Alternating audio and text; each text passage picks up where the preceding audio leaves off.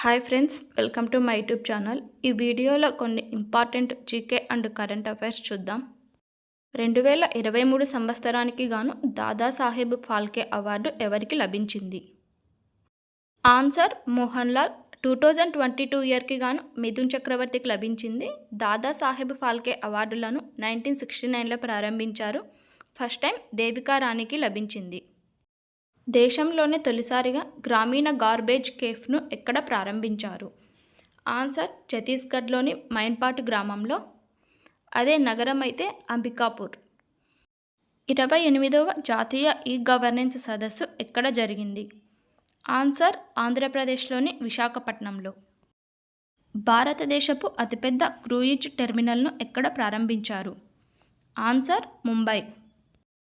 దేశంలోని తొలి tempered glass ప్లాంట్ను ఎక్కడ ప్రారంభించారు?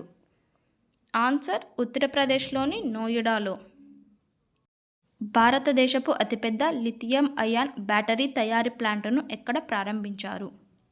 ఆన్సర్ హర్యానా.